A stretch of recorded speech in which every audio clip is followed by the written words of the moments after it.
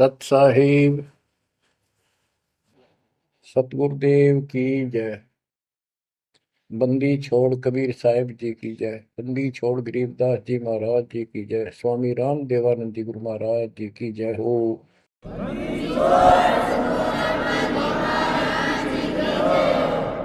सर्व संतों की जय, सर्व भक्तों की जय, धर्मी पुरुषों की जय।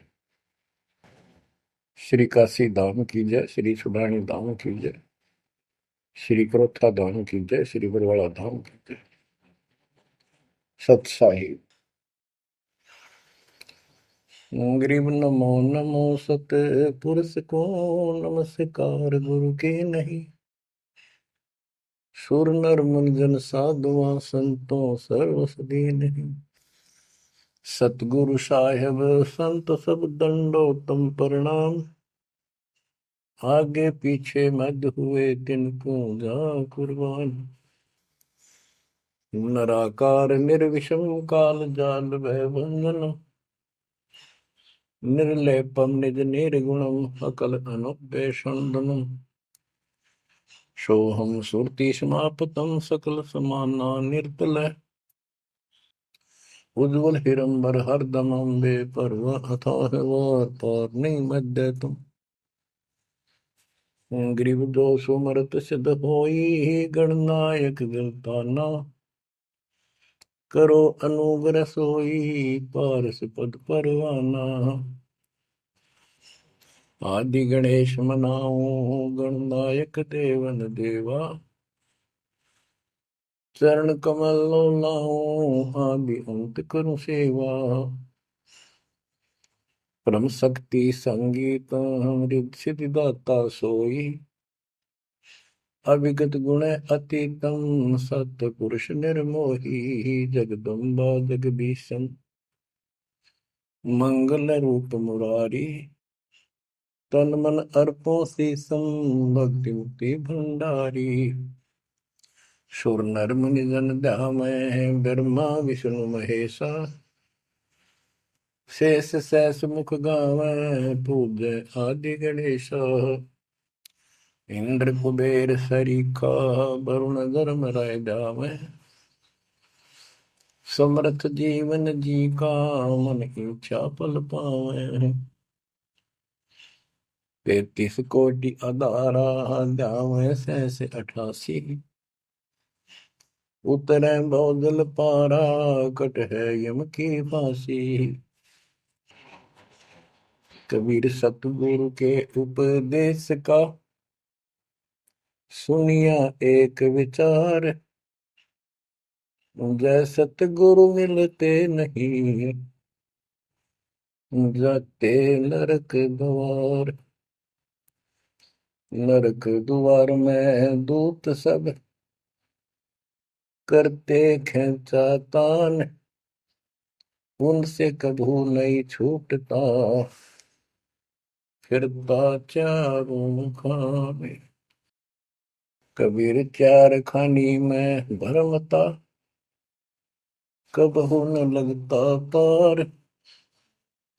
सो फेरा सब मिट गया मेरे सतगुरु के उपकार।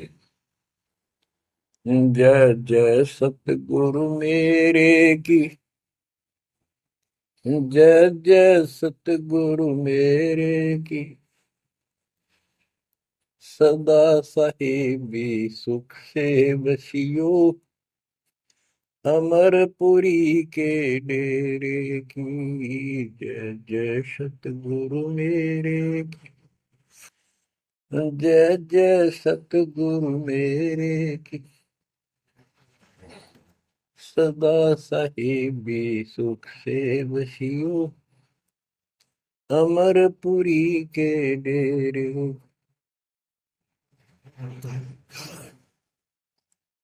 निर्विकार निर्भय तू ही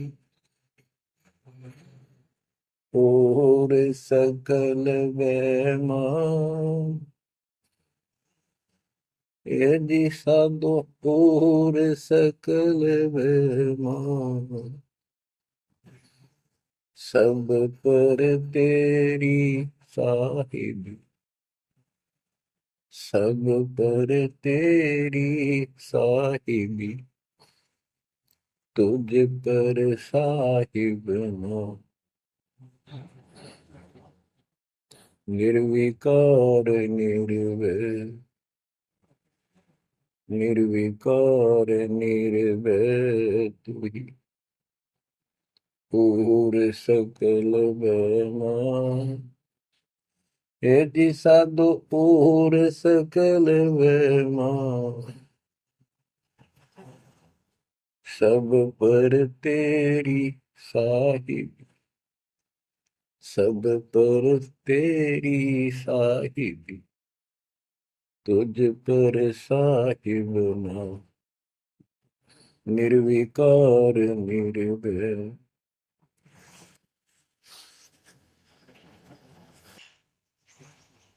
परम पिता परमात्मा कबीर जी की प्यारी आत्माओं, परमेश्वर की असीम रजा से, अपने पिता की असीम कृपा से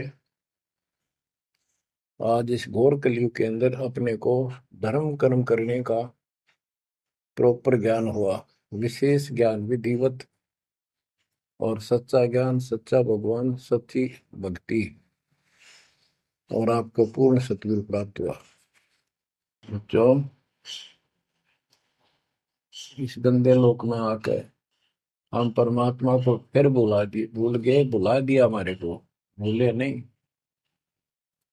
ये त्रिगुण में माया, रविगुण धर्मा से निकल रहा गुण, सतगुण विष्णु जी से, तनगुण शंकर जी से हमारे ऊपर इतना जबरदस्त प्रभाव रखता है कि हम सब भूल जाते हैं और इनसे प्रेरित होकर के सारे उल्टे काम करें। ब्रह्मा जी के गुण से या ठाठ बाट की इच्छा होती है, राजपाट की इच्छा होती है, और संतानों उत्पत्ति बाई फोर्स कराई जाती है, जीव के वश का नहीं होता। और फिर ममता मोह एक ऐसा रोग लगा रखा है, ये सबता लग जाता है। किसी से 10 दिन ठीक से बात कर ले, उससे मोह हो जाए, और अपने परिवार में जन्म लेने वाले बच्चों को से तो होना ही होना, हुआ तो 8% सीने से लगाते हैं उनको। तो होता क्या है, ये काल का आहार तैयार करवाया जाता है। गीता अध्याय 7 श्लोक 12 में कहा है कि अर्जुन, रजगुण तमगुण सतगुण, रजगुण ब्रह्मा, सतगुण विष्णु, तमगुण शिव जी, इन तीनों गुणों के द्वारा जो कुछ भी हो रहा है उसका निमित्त मैं हूं, मैं इनमें नहीं हूं, यानी मैं इनसे अलग हूं, ऊपर हूं। रजगुण ब्रह्मा से उत्पत्ति, सतगुण विष्णु से मोह ममता एक दूसरे में जकड़ देना, सतीथी बोल रहे हैं इसको, टिके रहे यहाँ पर, और तम गुण शंकर से संहार। ये है यहाँ का प्रोसीजर। हमारी आंख कतई नहीं खुलती क्योंकि प्रेशर ज्यादा है, इतना दबाव है, जीव की अवस्था नहीं है। आपको इतना ज्ञान सुना दिया और सुना रहे हैं, इस ज्ञान से आपके अंतःकरण में ये फाइनल हो जाएगा एक दिन। क्योंकि बार बार कोई वस्तु सुनते हैं, उसका धीरे धीरे धीरे धीरे असर बनना शुरू होता है। हम बातें सुनते हैं, सत्संग सुनते हैं, विचार मालिक के सुनते हैं, वाणी सुनते हैं, तो एक बार तो कति वैराग आ जाता है कि सचमुच बहुत गलत जगह फंस गए, या कुछ भी अपना लेंगे। और उसके थोड़ी सी देर के बाद, क्योंकि हमें तो और काम भी करने होते हैं, ये व्यवस्था यहाँ की ऐसी है, तो फिर शाम तक कति भूल पड़ जाती है, बस मंत्र कभी कभी याद आ जाते हैं करने हैं। सुबह दोपहर शाम की वो नियमित सतुति भी याद रह जाती है। बाकी समय हम ज्यादातर अन्य कारोबार के सिलसिले में, रोजगार के सिलसिले में बातें करते रहते हैं। वह फिर से थोड़ी सी भूल पड़ जाती है, फिर जब सत्संग सुनते हो फिर जागृति आती है। ये ऐसे चलेगा, चलने दो। जैसे आपको बताता हूँ, बार बार दास बताता है कि आप बच्चे स्कूल में जाते हैं, अध्यापक आता है, अपना उसका पीरियड लेता है, सबको सावधान करता है, ध्यान से सुनो, लाइन में बैठ जाओ। तो हम बहुत सतर्क होके उनकी एक एक बातों को सुनते हैं, नोट करते हैं, लिखते हैं, फिर याद करते हैं। उसके बाद हम फिर खेलते कूदते भी हैं, बच्चे घर का भी काम करते हैं, माँ बाप का हाथ भी बटाते हैं। लेकिन जो स्कूल के अंदर जो बातें सुनी थी, जो ज्ञान सुना था, वो एक अलग कोने में, मन के हृदय के अलग कोने में डिपॉजिट होना शुरू हो जाता है। और उसके अतिरिक्त हम और भी काम सारे करते रहते हैं जो पहले भी कर रहे थे। एक दिन हम विद्वान बन जाते हैं, वो काम फिर भी कर रहे हैं। इस ज्ञान को रह रहकर सुनने से एक दिन आत्मा कति दृढ़ हो जाएगी कि इस संसार में एक दिन भी रहने का नहीं है, ये संसार एक दिन भी। और कभी भी फिर शरीर यहाँ से छूट जाए, जाने का टाइम आ जाए, नो प्रॉब्लम। हमारी आस्था सतलोक में जाने की होगी, क्योंकि हमने वहां जाने का टारगेट बना रखा है। पहले तुम्हारा कोई टारगेट नहीं था, मेरे पास जाएंगे कहाँ। उसमें कोई बच्चे में मोह हो जाता, परिवार में मोह रह जाता, यही कुत्ते बनकर जन्म ले लेते। कबीर साहब कहते, जहां आशा तहां बासा हुई, मन कर्म वचन सुमरियो सो। गीता अध्याय 7 श्लोक 6 में यही स्पष्ट किया है कि अर्जुन, अंत समय में जो जिस भी भाव में भावित रहता है, जिसके ऊपर जिसमें आस्था रहती है, वो उसी को प्राप्त होता है। जब तक हम भक्ति नहीं करते, इस ज्ञान से परिचित नहीं होते, तो हमारा संसारिक संसारिक यानी परिवार में, संपत्ति में, इसमें कभी हम जकड़े बैठे होते हैं। एक उदाहरण दिया करते थे गुरुदेव, एक बूढ़े की मृत्यु होती, किसान था, पशु रक्षा करते थे, मृत्यु होने लगी, उसकी जुबान बंद हो गई।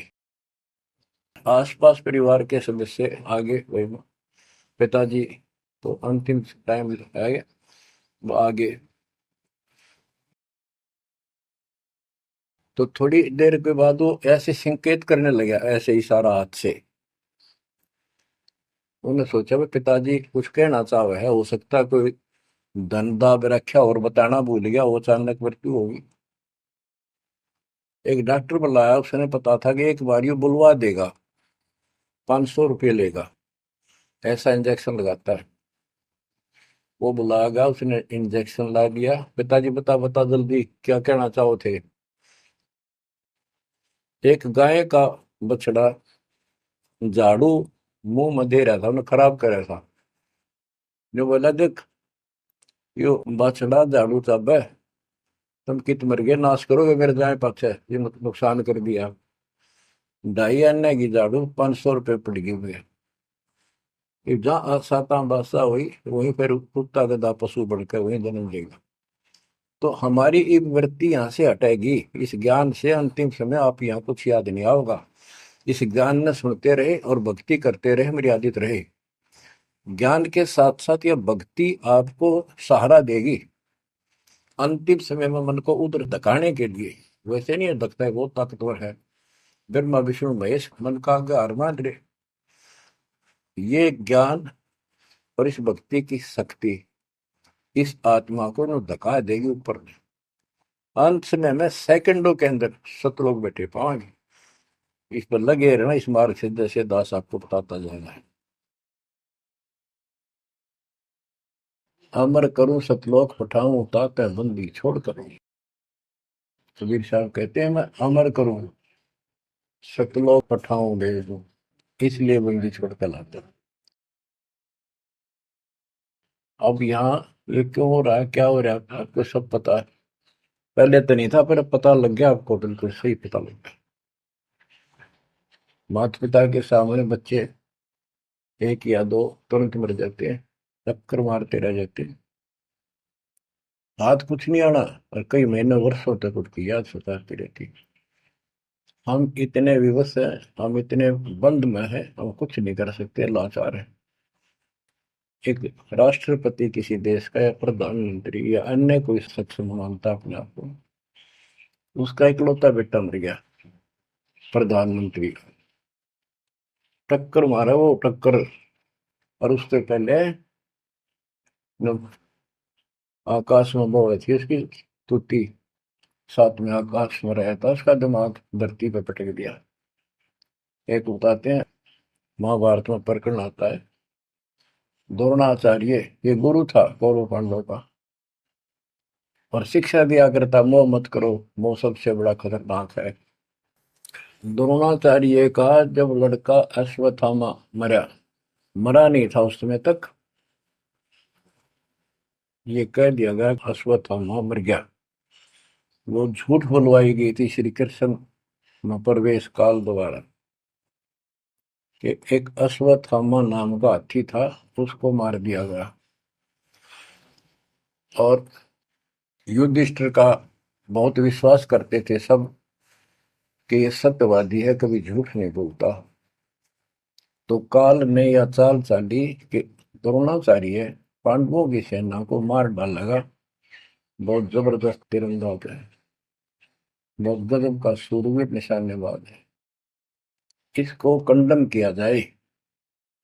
तो उसको कंडम करने का तरीका अपनाया कि इसको एक झूठी खबर फैलाई जाए कि इसको थमास का बेटा मर गया युद्ध में, फिर ये पागल हो जाएगा। ऊपर तक दुनिया गीत गाती है, जब लग गए अपने, जब पता लग गए तो युधिष्ठिर से झूठ बुलवा दिया कि तूने कह दे कि अश्वत्थामा बीते, अश्वत्थामा मर गया, तेरी झूठ भी ना होगी, हाथी मर गया ना, ये हो जाएगा। तो पहले तो युधिष्ठिर माना नहीं, फिर ये कहा कि हाथी मार दिया है, तो ये झूठ थोड़ी है। झूठ तो थी है, यूं थोड़ा। पहले हम छोटे से थे तो यूं कहते, अरे झूठ बोली तो ना पाप लगेगा, बोला ना, उंगली पर उंगली चढ़ा के बोली थी, ये कौन पाप लगे।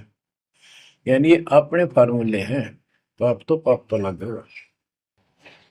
तो सब ने कहा कि आपका बेटा अश्वत्थामा मर गया, दौड़ना चाहिए। तो बोला नहीं, मेरा बेटा नहीं मर सकता, नहीं मर सकता, उसको मारने की हिम्मत किसी में नहीं है। कि युधिष्ठिर कह देगा तो मैं मान जाऊंगा। तब युधिष्ठिर ने कहा अश्वत्थामा थे नर व कुंजर, नर तो जोर तो बोल दिया, व कुंजर, भाई हाथी आदमी या हाथी,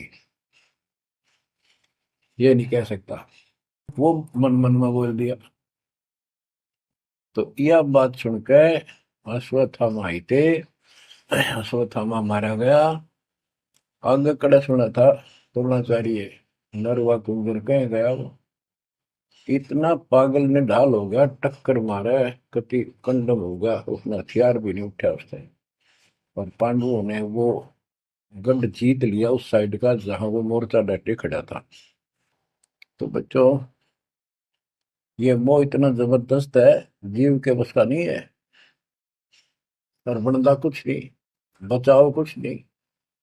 तो इसका बचाओ अब है तो ज्ञान हो।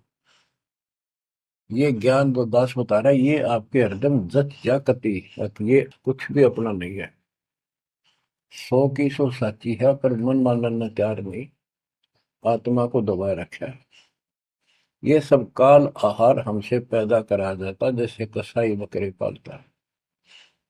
कसाई बकरे पालता है, उनके लिए चरागाह बनाता है, सुंदर तालाब बनाता है पानी पीने के लिए, उनके लिए छाया, गर्मी, सर्दी, ओलों से बचने के लिए शेड डालता है। पहले झोंपड़ी डाला करती थी, तो उस घास फूस के और लकड़ी, अब टीनों का शेड बनाते, पंखे लगा दिए जाते। और ये समझो कि जैसे कसाई ने 3 पाली रखे हैं नौकर, एक बकरे मोल लाके वहां छोड़ता है, दूसरा उनकी पालन पोषण करता है, और तीसरा उनमें से निकाल के और अपने कटवा देता, बेच देते हैं, कसाई को सौंप देता है। ये प्रोसीजर है यहाँ पर। जैसे कसाई कभी कभी आता रहता है, बकरों को देखता है, संभालता है, तो उनके कमर पे हाथ मारता, शरीर पे, और वो उसको अपना एक बहुत हमदर्द मित्र मानते हैं, मालिक मानते हैं। देखो हमारे को कितनी सुविधा दे रखी है, पानी क्या, घास क्या, गर्मी सर्दी से बचने का।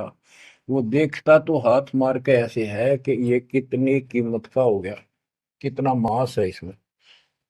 और वो समझते हैं ये प्यार करे हमारे से, कसाई लाड करता है, वो भी उसको प्रतिफल में जीभ से चाटते हैं उसका हाथ, प्यार करते हैं। और कई कई तो उसके ऊपर पैर फैला कर उसको प्यार देना चाहते, सीने से लगाना चाहते हैं बकरे। ऐसा पशु भी प्यार देते हैं, उसको अपना मानते हैं। वो देख रहा है इसमें मांस कितना है, और नौकरों को बता देता है इन इनको निकाल लो। उसका कोई रहम नहीं है, कितना लाड करो, कितने उसके गुण गाओ। उसका उद्देश्य यही है, उसका मतलब यही था, उनको पालने का। कबीर साहब कहते हैं, खाई खुराक का पैन पोशाक का यम का बकरा पलता है।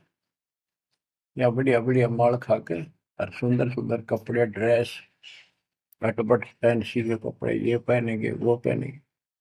कहते खाई खुराक का पैन पोशाक का यम का बकरा पड़ता है। काल के बकरे पड़न लग रहे हो तुम।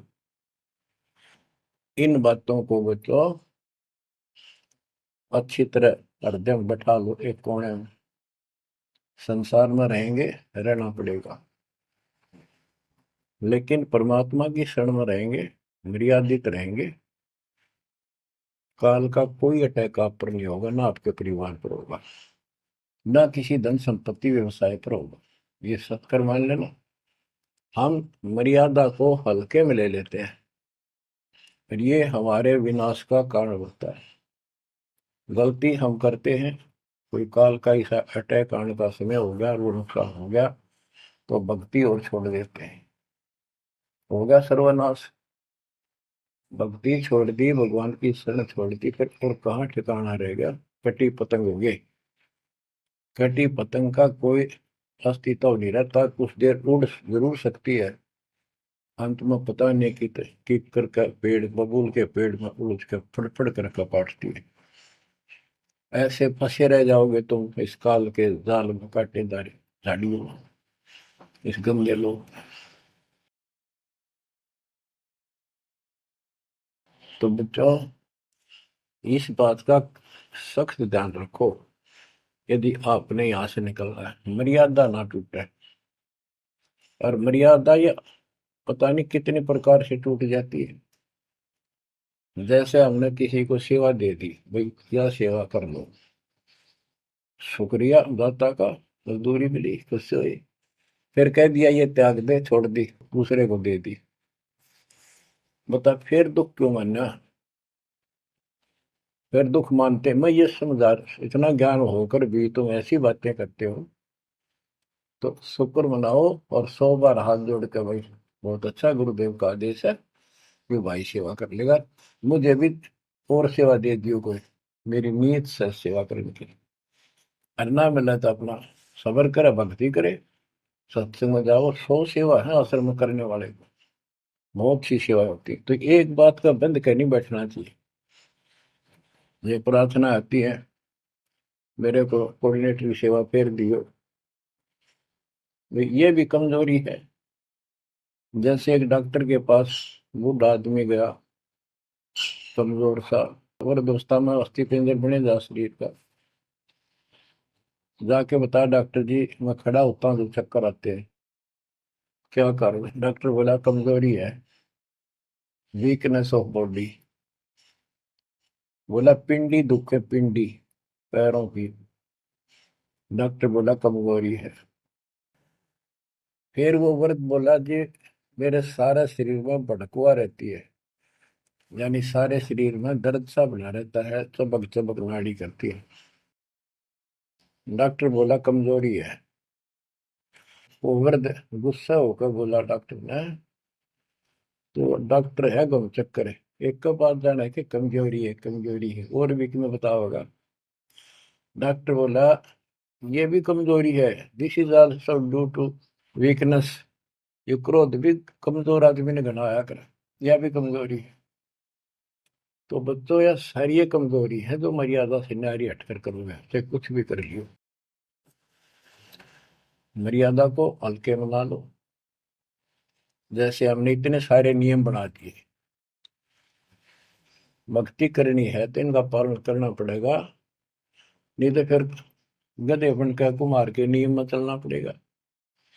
एक कदम भी अपनी मर्जी से नहीं जा सकते, बैल बनकर नाथ डल जाएगी, छच्चर बनकर बग्गी में दौड़े जाओगे, रेड़ी में, फिर चलेगी क्या आपकी मर्जी। असंग जन्म तन मृत्या हो गए, जीवित क्यों ना रहे रे। दवा दस दर मद मैल मठ बोरे, बोर ना दे धरे रे। तो बच्चों जीवित मर लो, इन बातों को छाती में धर लो, हृदय में बैठा लो, कति मस्तिष्क में। ये संसार आपका नहीं है, ये परिवार आपका नहीं, ये संपत्ति या कार कोठी तेरी नहीं, गरीब काया तेरी है नहीं, ये माया कहां से हो। चरण कमल में ध्यान रख, इन दोनों को खो, इनको भूल जा, अपने गुरु जी के चरणों में ध्यान रख, उनके बताए दिशा निर्देश के आदेश से आधार से अपना जीवन निर्वाह कर। बच्चों आंख खोल लो, बार बार ये बातें बताई जाती हैं। जब ऊक चुक हो जाएगी फिर तो रोना शेष रहेगा, नथिंग एल्स। इस मार्ग में अहंकार इंसान को मारता है। किस चीज में अहंकार करो, माया होगी तो अहंकार होगा, कोई पोस्ट पद ठीक सी होगी तो अहंकार होगा, शरीर स्वस्थ है, थोड़ी सी जान, अहंकार हो गया। एक परिवार में 5-4 लाठी ठानिया हो गए तो अहंकार हो गया, और अपने बॉडी की ताकत का अहंकार। और भी सैकड़ों कारण है जो इंसान के मन में दोष पैदा हो जाता है।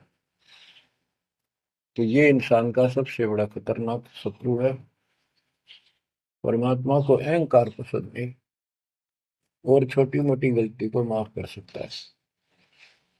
रावण था जिसे अहंकार नहीं छूटा, 10 मस्तक सर भी काट दिए, 10 बार काट दिए तो वापस दे दिए, ले भाई। ये सारा कुछ खेल कबीर साहब का किया, सारा कुछ। ये आत्मा परमात्मा की है, चाहे आज राक्षस है, चाहे कोई कसाई है, चाहे देवता है, चाहे ब्रह्मा विष्णु महेश है, चाहे कीड़ी आती छोटे जीव है, कोई स्त्री पुरुष है, बालक बच्चे, जीव जंतु सब उसके हैं। काल चाहता भक्ति से खत्म हो जा, ये भक्ति में इनकी आस्था खत्म हो, मालिक चाहता है इनकी भक्ति में आस्था खत्म ना हो, फिर तो कति गए काम क्या। जो भी जैसी साधना मालिक के नाम पर बैठ कर कहीं कर रहा है, उसके पिछले संस्कार से, उस भक्ति से जो उसको मिलना है, उसके साथ साथ परमात्मा उसको सहारा देते हैं। जैसे रावण ने सिर काट दिया शिव जी के निमित्त, तो भगवान के नाम काटा उसने, वो भगवान की खोज में निकला था। साधना गुरु गलत मिलने से उसको मार्ग गलत मिल गया, पिछले जन्म के संस्कारी ही इतने सेक्रीफाइस कर सकते, इतनी कुर्बानी कर सकते, वैसे नहीं हुआ करते। तो पिछले जन्मों में वो भगवान का भगत रहा है, फिर इतना बिगड़ गया कि राक्षस बन गया। तो उस मालिक ने उसको 10 शीश वापस दिए, लेकिन बकवाद करी तो अंत बुरा हुआ। उसके कर्म में तो सिद्धि सिद्धि की, उनसे धन दे दिया, वो धन भी यही छोड़ गया। गिरफ्त सर्व सोने की लंका होती, रावण शरण दी, एक पलक में राज विराजी, जम के पड़े दी, मन तो सुख के सागर बसरे, और न ऐसा यसरे। क्या मांगो कुछ थिर न राही, देखत नैन चला जग जाई। एक लख पूत सवा लख नाती, उस रावण का आज दीवान बाती। एक पुत्र मांगते फिरते हैं, एक बेटा देते। हे भगवान, बेटा हो गया। बेटियों की तो हम गिनती नहीं करते, बेटा चाहिए बेटा। वो किस लिए वो गलतफहमी पैदा कर रखी थी कि बेटा ना हो तो गति नहीं होगी माँ बाप की, क्योंकि अंत समय में जेठा बेटा, बड़ा पुत्र, माँ बाप का अंतिम संस्कार करे, यानी उसने फूका है, फिर उसकी अस्थि डाल करावे, फिर उसकी क्रियाक्रम करावे, तो उसकी गति हो। और जिसका बेटा नहीं, उसकी गति नहीं हो सकती। उसको तो संतान वाला मानते भी को नहीं, मना नहीं करते थे। अब तो ये चांदना होगा, रोशनी होगी, बेटा बेटी है। कितनी मूर्खता का काम था। लेकिन काल ने तो उल्टी पढ़ाई पढ़ानी, उल्टा रास्ते डालना, वो होना एक परंपरा बनाकर बैठ गए। वो एक लकीर के फकीर होंगे। जैसे राजा दशरथ का सबसे बड़ा बेटा रामचंद्र था, उसको राज दे दिया। और बच्चों, फिर उसको वनवास देना पड़ गया मजबूरी में। रामचंद्र जी वनवास में चल पड़े। राजा दशरथ का इतना मोह था अपने बच्चों में, रामचंद्र में विशेष, और जो बिछुड़ा उसमें ज्यादा होया करे। तो नो चल पड़ा, महल के ऊपर चढ़ के देखा, दिखता रहा, फिर नहीं दिखा तो चौबारे की अटारी पर चढ़ गया। चौबारे पर चढ़ कर जहां तक उससे दिखा, फिर मुंडेर पर चढ़ गया, एडी ठाई गिर गया, वहां से जमीन पर गिर गया, गिरते मर गया। अब रामचंद्र वापस नहीं आया। उसका अंतिम संस्कार किसने करा? वो पूछने वाला इन मंदबुद्धियों ने, जो दुनिया को भ्रमित किया करते थे, किसी की अकल वहां नहीं गई वहां तक। जेठा बेटा था ही नहीं, फिर उसके अंतिम संस्कार किसने करे? दूसरा न करे होंगे। तो ये बात कहने की है, तो इसका मतलब उसकी गति हुई नहीं। बेटा होते हुए भी अंतिम संस्कार नहीं कर सका। तो इन बातों ने छोड़कर सतगुरु कबीर साहब द्वारा जो ज्ञान दिया है, इस पे दर्द हो जाओ। देखो, हमारी सारी बात उल्टी है। भक्ति मार्ग में बेटा है, बेटी है, अच्छी बात है। परमात्मा के चरणों में लग गए दोनों, तो हम तो बरी से हो गए, क्यों? भगवान आप पर खड़ा हो गया। और बेटा भक्ति नहीं करता, बेटी करती है, तो एक कौडी का नहीं हो बेटा किसी काम का। कबीर साहब कहते हैं, राम रटत कन्या बलि, साकर फलाना पूत, छेरी के गलगल थना। छेरी के गलगल थना, जिसमें दूध न मूत। बकरी के गल में एक खाल लटका रहा थन के साथ, व्रत की खाल। कहते वो बेटा था गल का, ऐसे वजन है सिर पर, बेमतलब का व्रत का दिखावा दिखावा है। और वह बेटी अच्छी, राम रटत कन्या बली, सकट बलाना पूत। तो बच्चों, ये जातम मार्ग है। इसमें सारी बातें पहले से विपरीत हैं। देखो, बेटा ना होगा, बेटी बेटी होगी, तो यहाँ सृष्टि नहीं चलेगी। और बेटी बेटी होगी, बेटा नहीं हुआ, तो भी दिक्कत संसार की सृष्टि में आ सकती है। बाकी भगत का कोई फर्क नहीं पड़ेगा। इन बातों को जो दास कहता है, इनको एक सामान्य बातें ना समझना, निष्कर्ष है इस जीवन का। जिसके बेटी नहीं है, उसको ये तड़प रह जाती है बेटा होता। या भूल के भी ना करना। इन बेटे वाले ने देख लो कितने सुखी, टाइम पर रोटी नहीं, चाह ने भी तरसे बैठे बैठे। वो सोचे बड़ा दे देगा, छोटा सोचे बड़ा आप दे देगा, बड़ा सोचे छोटा कह देगा। बड़े बेटे आख्या मत आंसू बूढ़ा में। और बेटी आखिरी सांस तक प्यार देती है अपने माँ बाप को। एक आदि ने कमी बात कह नहीं सकते, वो किस्से के बिना होती हो तो आत्माएं नष्ट होती है। आखिरी सांस तक यहाँ भी हमने देखा, जैसे लड़की रोटी खा रही है और लड़का वैसे बैठा था। माँ ने कहा बेटा वो सामान ला उठा कर, मैं रोटी तैयार बनाऊं भोजन। बेटा बेटा ना लाऊं, यूं कौन खोए अलावे। बेटी तो कहा भी कोई ना, रोटी खाती खाती छोड़ के आण की थी, एक 10 साल का की होगी, लड़का 12-13 साल का। उठ कर रोटी छोड़ के हाथ धोकर और सामान लाकर माँ को दे दिया। लेकिन फिर भी बेटे में मोह ज्यादा और बेटी में नहीं। इसका कारण यह था कि हमने बेटी को बाहर बना लिया इस गलत रीति रिवाज से। बेटी तो 15-16-20 साल की मेहमान होती है आपकी। ये तो परमात्मा की बेटी 2 गुना का सुधार करती है। आगे जाके घर बसावे, उस परिवार को भी सुधारे और माँ बाप के अंदर मोह नारा रहे। तो भाव ये है कहने का, अगर बेटा नहीं है ना और भगत है, उसके ऐसा भगवान धरती पर नहीं। प्रथम तो वो है जिसका कति संतान नहीं, वो भगवान। दूसरा वो है जिसका बेटा ना हो, बेटियां की करके शादी वृद्धावस्था में अपना लेकर मारा जाता है। और बेटी वहां बैठी भी माँ बाप की चिंता करेंगी और कोई ना कोई सुविधा उनको देती रहेगी। और बेटा छाती पर रह के भी खून फूके जाएंगे, कति साफ दिखाई दे है, इसमें कोई मानो तो ना मानो। लेकिन बेटे भी हैं, ठीक है, और उनमें वो भी भक्ति करो, आप भी करो, कुछ दिन में उनको समझ आ जाएगी। पुत्र वधु भी भगवान से डरने वाली हो जाएंगी, माँ बाप का ध्यान रखें, वैसे कोई विकल्प नहीं इसका। लेकिन इस दुख को हम अच्छा मानते हैं पुत्र ना होने से। हम तो काल ने गधे बना रखे हैं।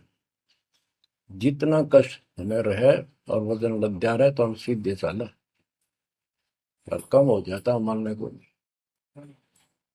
हमारा तो जैसे एक माई का पुत्र मर गया 15-16 साल का, और भगत थी, टक्कर मारी, रोना पड़े है कि बस की बात है, पाला पोसा ले जाता का। फिर उसने थोड़ा सब्र हुआ जैसे। उस दूसरे जो एक और बिना भगत थे उनके पड़ोस में, जो उनके लड़के की शादी होगी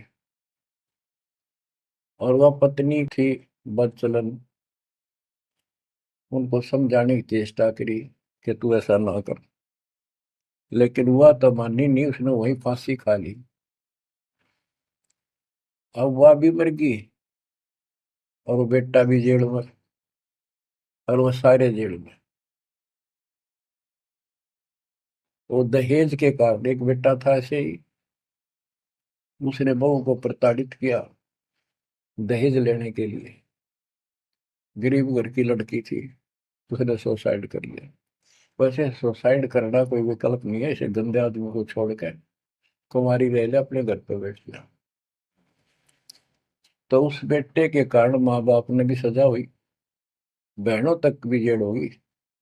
इसे बेटे ने के फूका, ईसा तो पहले मर जाता था अच्छा था। लेकिन हम इस बात को मानने को तैयार नहीं है, ना मानने में जब क्या कर लोगे, काल तक आ गया, मारे जाओ टक्कर। तो कहने का भाव ये है कि इन विचारों से अपने मन को सेट रखो, परमात्मा जो करता है वो सही करता है। जैसे आपको बताते रहते हैं, एक बार हजरत मूसा जी, यहूदी धर्म के प्रवर्तक में, से किसी ने पूछा सत्संगी ने कि आज के दिन सबसे बड़ा इल्म वाला यानी ज्ञानी कौन है, उसने अपने आप को बताया। तो उसका अल्लाह बोला, जिसको खुदा मानते हैं, जिसने कुरान का ज्ञान दिया, बाइबल का दिया। कि मूसा तने ये बात बहुत गलत की, मुझे अच्छा नहीं लगा, तुमने अपने आप को कैसे कह दिया मैं सबसे विद्वान हूँ। अब मूसा जी भी अपनी जगह ठीक थे जी, यो ज्ञान आपसे प्राप्त हुआ, आप भगवान खुदा हो, और खुदा जो ज्ञान देता हुआ सबसे उत्तम होता है, मैं उसी के आधार पर कह दिया। बोला नहीं, तेरा ज्ञान तो अल खिजर के ज्ञान के सामने पास भी नहीं, कुछ भी नहीं है। तो अलखिजर के पास मूसा जी पहुंच गए। अलखिजर जी ने कहा, कबीर साहब थे वो, कि मेरी तो बातों को माननेगा नहीं, विश्वास नहीं करेगा, जो मैं को बातें माननी पड़ेगी, कोई ऑब्जेक्शन नहीं होना चाहिए, और बोल लेगा नहीं, सुन देखता देखता रही। वो बोला, मूसा जी बोले, बिल्कुल महाराज, जैसे आप कहोगे, मुझे सब्र करने वाला पाओगे, कतई मैं ऑब्जेक्शन नहीं करूंगा आपकी बातों में।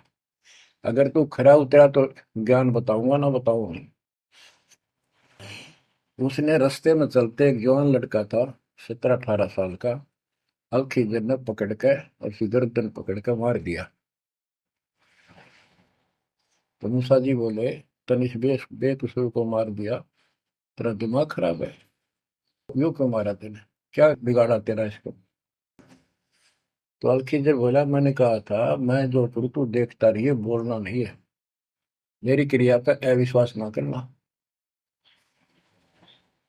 मूसा जी ने अपनी गलती मानी, चल पड़ा। ऐसे ऐसे 2-3 और कारण हुए, सब में उसने ऐसे ऑब्जेक्शन किया।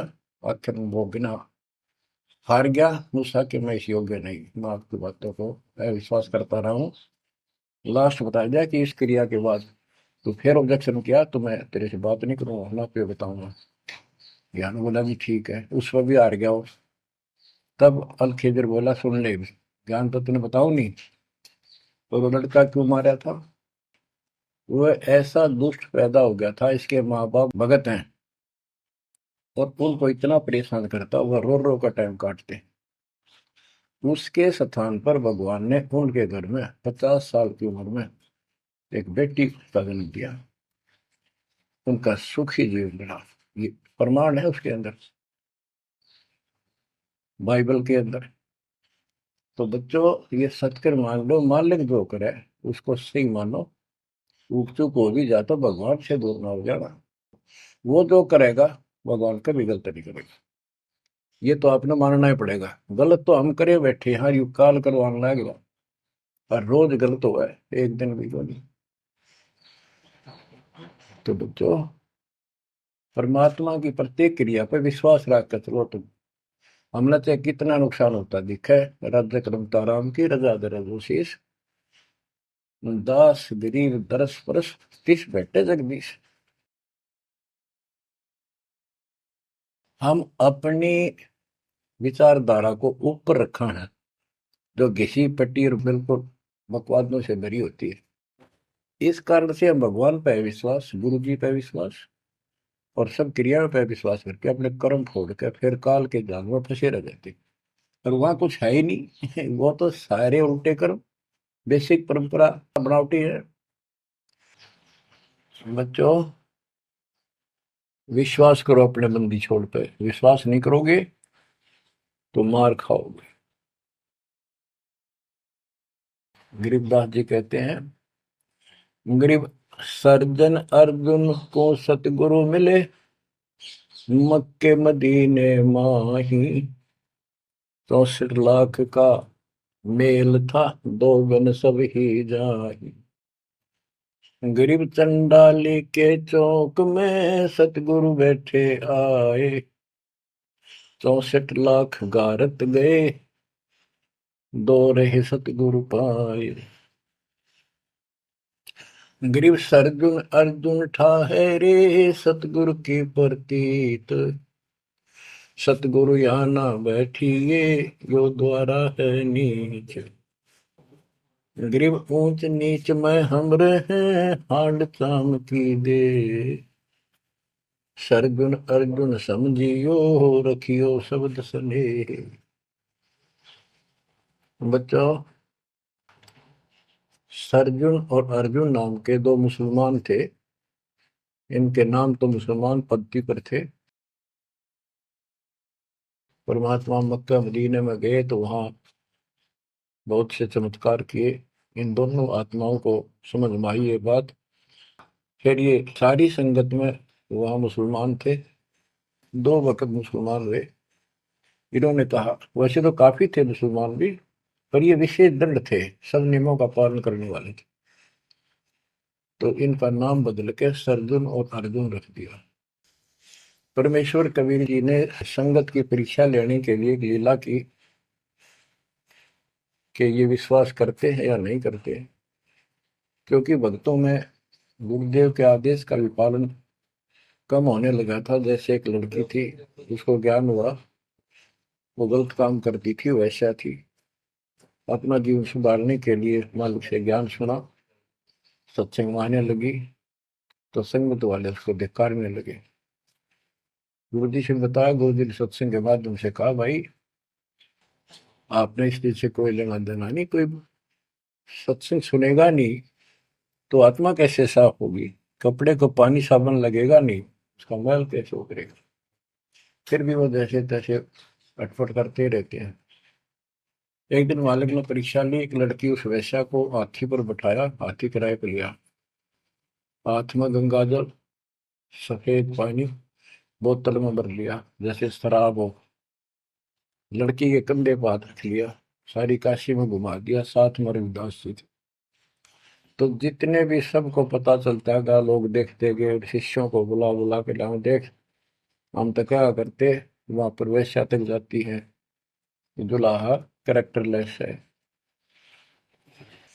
पहले तो हम भगवान क्या करते उसको, इतने सुख दे दिए, जिसमें जान निकली पड़ी थी, टोटा दुखी कर रहा था, शरीर में कष्ट थे, कहीं सुबह का रोटी भी नहीं थी, और इतने ठाठ कर दिए गुने दिनों में। जब तो भगवान थे, आज वो शैतान लगे।